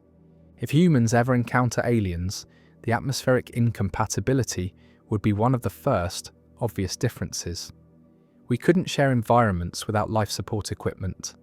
An alien from an ammonia world would need refrigeration and ammonia supplies to survive in Earth's environment. We would need oxygen supplies and temperature regulation to survive in theirs. Even communication would be affected. Sound travels differently in different atmospheric gases. In a dense carbon dioxide atmosphere, sound would be lower pitched and quieter. In a thin hydrogen atmosphere, sound would be higher pitched and travel faster. An alien's voice might be physically impossible for human ears to hear without electronic translation. How aliens could breathe different atmospheres ultimately reflects the diversity of chemistry and the flexibility of evolution. Life adapts to available conditions, and the chemistry that powers metabolism is not limited to oxygen and carbon dioxide. From hydrogen sulfide to methane, from ammonia to chlorine, from thin atmospheres to crushing pressures, from scorching heat to numbing cold, life if it exists elsewhere, would develop respiratory systems suited to its world's specific conditions, breathing atmospheres that might kill us in seconds, while finding our oxygen-rich air as toxic and alien as we would find theirs, proving that the breath of life can take as many forms as there are worlds scattered across the universe. How asteroids can have their own moons. The first asteroid moon was discovered in 1993, when the Galileo spacecraft, on its way to Jupiter, flew past an asteroid named Ida and transmitted images showing a small companion orbiting it. The discovery surprised many scientists. Ida itself is only about 56 kilometers long, an irregular, potato-shaped chunk of rock tumbling through space. Its tiny moon, later named Dactyl, measures merely 1.4 kilometers across. How could such a small object, with such weak gravity, possibly hold onto a moon? This discovery opened an entirely new chapter in our understanding of asteroids, revealing that these ancient fragments of the early solar system are far more complex and dynamic than anyone had imagined. The key to understanding asteroid moons lies in recognizing that gravity, no matter how weak, still operates according to the same laws, whether you're considering a massive planet or a tiny asteroid. Every object with mass generates a gravitational field, and that field extends infinitely into space, weakening with distance, but never disappearing entirely. An asteroid's gravity is incredibly feeble compared to a planet's. Ida's surface gravity is only about 0.3 to 1% of Earth's, depending on where you measure it, on the irregular surface. But this tiny gravitational pull is sufficient to influence nearby objects, and under the right circumstances, it can capture and hold a moon in orbit. The mechanics of orbital motion around an asteroid differ significantly from orbits around planets. Planets are generally spherical, or nearly so, which means their gravitational fields are relatively simple. They approximate the field of a point mass located at the planet's center. Asteroids, however, are often highly irregular, shaped like elongated potatoes, peanuts, or even contact binaries where two lobes are stuck together. This irregular shape creates a complex gravitational field with multiple peaks and valleys, regions where the gravitational pull is stronger or weaker than average. An object orbiting an irregular asteroid doesn't follow a simple ellipse the way a planet orbits the Sun. The orbit wobbles and shifts due to the uneven gravity field. Additionally, most asteroids rotate, and this rotation causes the gravitational field to change over time from the perspective of an orbiting object. The combination of irregular shape and rotation creates a challenging environment for stable orbits. Yet despite these complications, asteroid moons not only exist but are surprisingly common. Current estimates suggest that about 15% of near-Earth asteroids have companions, and the fraction is even higher among certain populations. Asteroid moons form through several mechanisms, each revealing something about the dynamic processes that shape these small bodies. The first mechanism is capture. Similar to how planets can capture moons, though the process works differently at asteroid scales. When two asteroids pass close to each other, they normally just fly past, perhaps exchanging some momentum through gravitational interaction, but remaining on separate trajectories. However, if a third body is nearby during the encounter, it can absorb some of the kinetic energy through a three-body gravitational interaction, allowing one asteroid to be captured into orbit around the other. This three-body capture was more common in the early solar system, when asteroids were more numerous and encounters more frequent. The asteroid belt, located between Mars and Jupiter, contains hundreds of thousands of asteroids larger than 1 kilometer and millions of smaller ones. In the denser environment of the early solar system, close encounters between 3 or more asteroids occurred regularly, providing opportunities for capture. Once captured, the orbit would gradually stabilize through tidal interactions and additional gravitational perturbations. Collisions represent another pathway to moon formation. The asteroid belt is a violent place where collisions occur regularly on geological timescales. When two asteroids collide, the impact doesn't necessarily destroy both objects.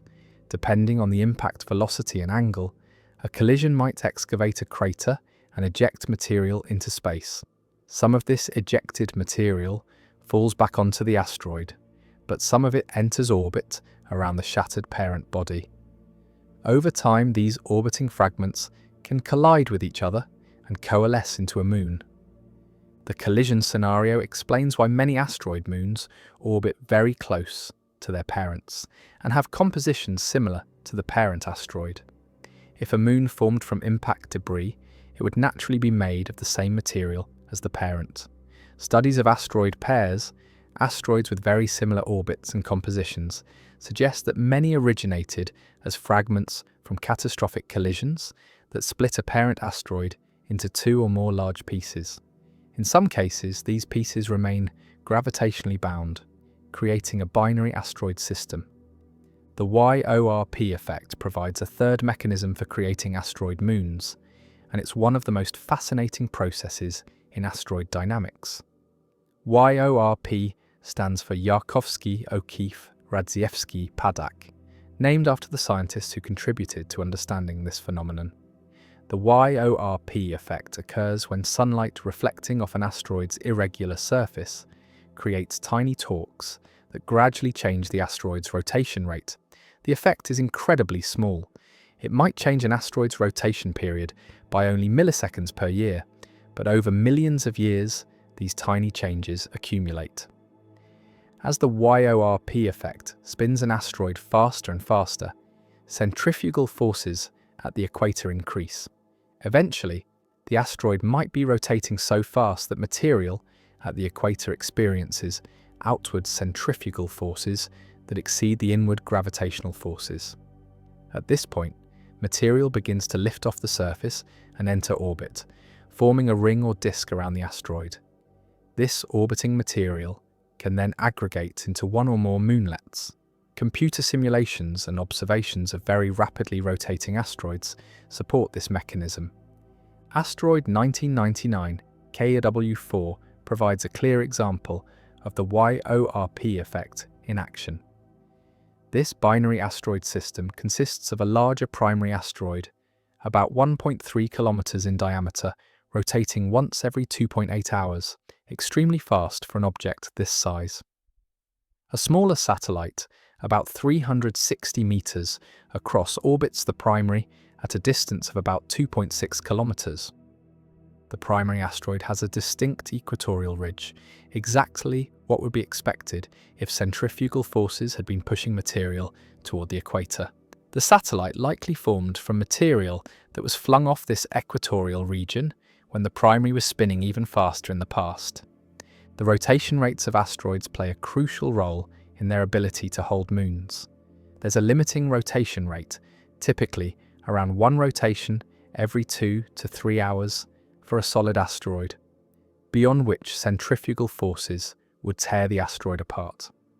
This limit, called the critical spin limit, depends on the asteroid's size, shape, and material strength.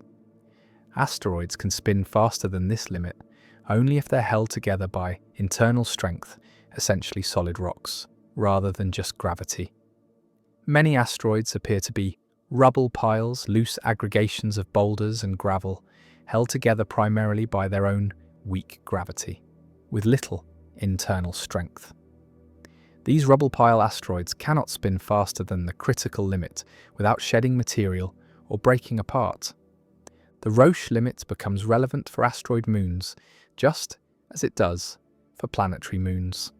The Roche limit is the distance inside which tidal forces would tear apart a satellite that's held together only by its own gravity. For solid objects held together by material strength, they can orbit inside the Roche limit without being destroyed, though they experience severe tidal stresses. Many asteroid moons orbit near or even slightly inside the classical Roche limit for a fluid body, suggesting that they're solid objects with sufficient strength to resist tidal disruption.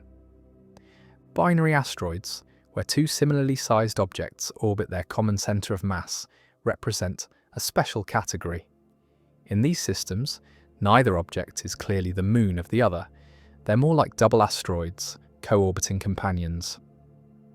The Pluto-Charon system is arguably a binary system, though Pluto is now classified as a dwarf planet rather than an asteroid.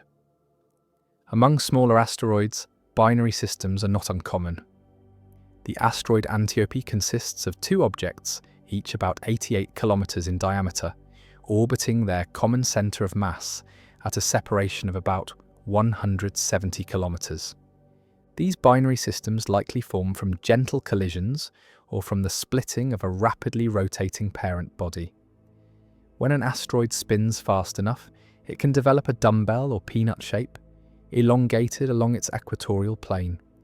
If the spin increases further, the dumbbell can split at its narrow center, creating two separate bodies. Because they formed from the same parent, they initially have very similar velocities and remain gravitationally bound, orbiting each other. Observing asteroid moons requires careful astronomical work. Most asteroids are too small and distant to be resolved as disks even through powerful telescopes. They appear as points of light. Their moons are even fainter and closer to the primary, making direct imaging challenging. However, several techniques reveal their presence. Light curve analysis measures how an asteroid's brightness changes over time as it rotates. A simple asteroid produces a regular, repeating pattern, but if a moon is present, it creates additional dips or bumps in the light curve as it passes in front of or behind the primary asteroid, or as it reflects additional light toward Earth. Radar observations provide another powerful technique. When radio waves are bounced off an asteroid, the reflected signal contains information about the asteroid's shape, rotation, and surface features. If a moon is present, it appears as a separate echo in the radar data, delayed relative to the primary's echo by the light travel time to the more distant moon. The Arecibo Observatory in Puerto Rico and the Goldstone Solar System Radar in California have discovered dozens of asteroid moons through radar observations of near-Earth asteroids as they pass relatively close to Earth. Spacecraft missions provide the most detailed views of asteroid moons. After Galileo's discovery of Dactyl orbiting Ida, subsequent missions have encountered other asteroid systems. The near-Shoemaker spacecraft orbited asteroid Eros, which has no moon, but provided detailed information about asteroid composition and structure that helped interpret observations of binary systems. The Dawn mission visited the large asteroids Vesta and Ceres, also moonless, but revealed the complex geology of these protoplanets. Future missions specifically targeting binary asteroids will provide unprecedented insights into these systems.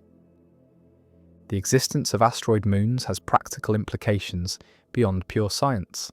Some near-Earth asteroids pose potential collision hazards to Earth, and understanding whether they have moons affects how we might deflect them if necessary. A binary asteroid system behaves differently than a single asteroid when subjected to external forces.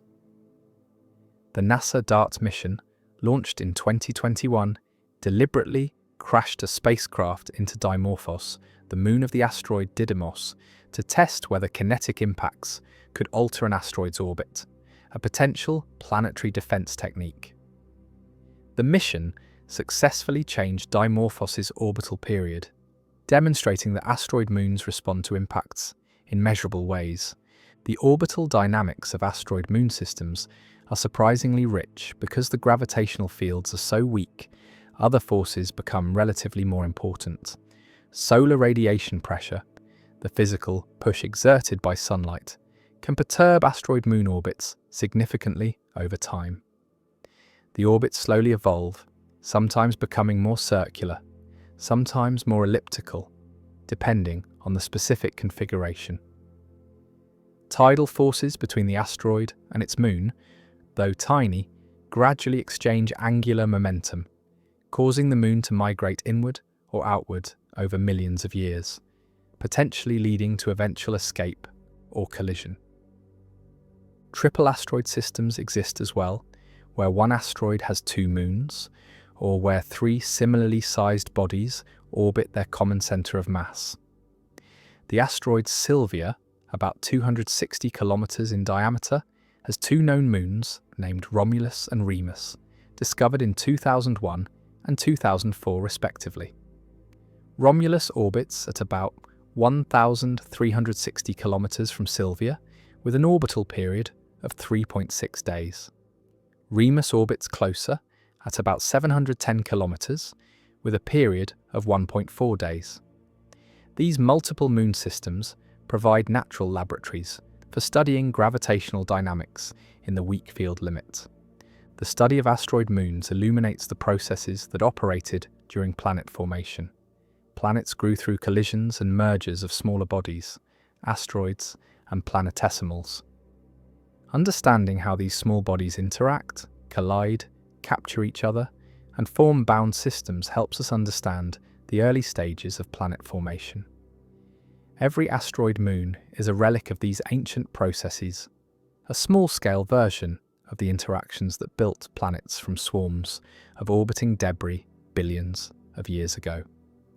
The discovery that asteroids can have moons transformed them from simple rocks floating in space into complex, evolving systems with their own orbital dynamics, formation histories, and future fates. These tiny moons orbiting tiny worlds demonstrate that the fundamental laws of gravity and motion operate at all scales, creating structure and dynamics from the largest galaxy clusters down to kilometre-sized rocks tumbling through the asteroid belt. Each small moon a reminder that even the weakest gravity can bind objects together across the emptiness of space. How fast you'd need to go to leave a planet. Every object massive enough to have significant gravity holds onto anything near its surface. A ball thrown upward eventually falls back down. A bird must constantly flap its wings to stay aloft. Even the fastest jet aircraft cannot fly into space. Eventually it runs out of altitude and must descend. To truly leave a planet, to escape its gravitational grip entirely and coast into space without using any more fuel, you must reach a specific speed called escape velocity. This critical speed depends on the planet's mass and size, and understanding it reveals why launching rockets is so difficult, why some worlds can hold atmospheres while others cannot, and why the smallest push can send an astronaut drifting away from an asteroid while escaping Earth requires enormous rockets burning millions of pounds of fuel. Escape velocity is not about reaching a particular altitude or getting above the atmosphere. It's about speed, specifically moving fast enough that your kinetic energy equals or exceeds the gravitational potential energy binding you to the planet. If you launch something straight up at exactly escape velocity, it will climb higher and higher, slowing down continuously as gravity pulls it back, but never quite stopping. It will coast to infinite distance, arriving there with zero velocity, having converted all its initial kinetic energy into potential energy. Launch at any speed less than escape velocity, and gravity eventually wins, pulling the object back down. For Earth, escape velocity at the surface is about 11 kilometers per second, roughly 40,000 kilometers per hour, or about 25,000 miles per hour. This is more than 30 times faster than a typical passenger jet flies. To reach this speed, starting from rest requires enormous amounts of energy, which is why rockets are so large and burn so much fuel. The Saturn V rocket that launched Apollo missions to the Moon stood over 100 meters tall and weighed more than 2,000 tons at launch. But only about 50 tons of that mass, less than 3%, was the actual Apollo spacecraft and crew. Everything else was fuel and engines needed to accelerate that relatively small payload to the speeds necessary for spaceflight. Escape velocity depends on two factors: the planet's mass and its radius. More massive planets have higher escape velocities because stronger gravity pulls harder, requiring more speed to escape. Larger planets, meaning planets with larger radii, have lower escape velocities at their surfaces because you start farther from the center of mass where gravity is weaker.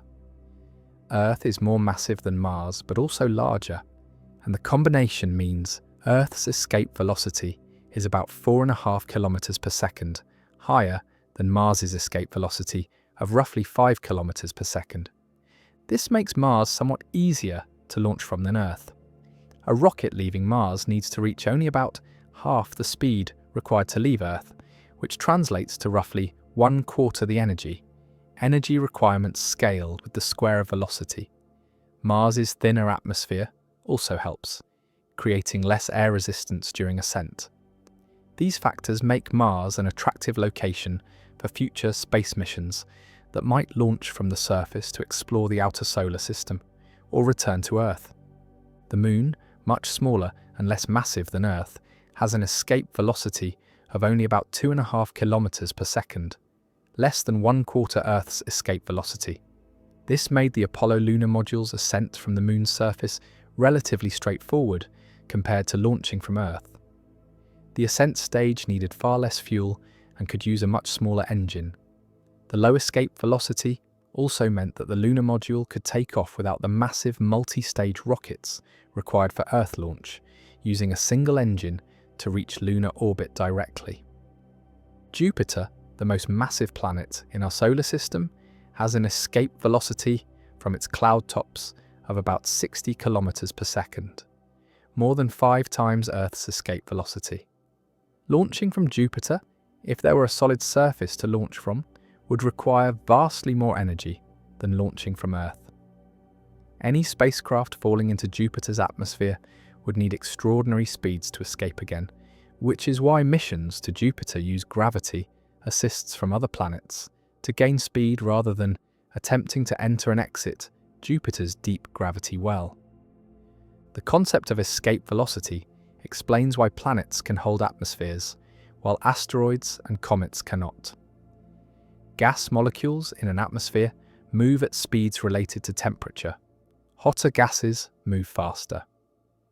For an atmosphere to remain bound to a body over billions of years, the typical speed of atmospheric molecules must be significantly lower than escape velocity. If molecules regularly reach speeds close to or exceeding escape velocity through random thermal motion, they leak away into space. Earth's atmosphere consists primarily of nitrogen and oxygen molecules that move at average speeds of a few hundred meters per second at normal temperatures, well below escape velocity. The lightest element, hydrogen, moves much faster at the same temperature because lighter molecules move faster for a given thermal energy. Hydrogen molecules at Earth's atmospheric temperature move at average speeds around 2 kilometers per second, which is still well below escape velocity, but close enough that over billions of years, Earth has lost most of its primordial hydrogen.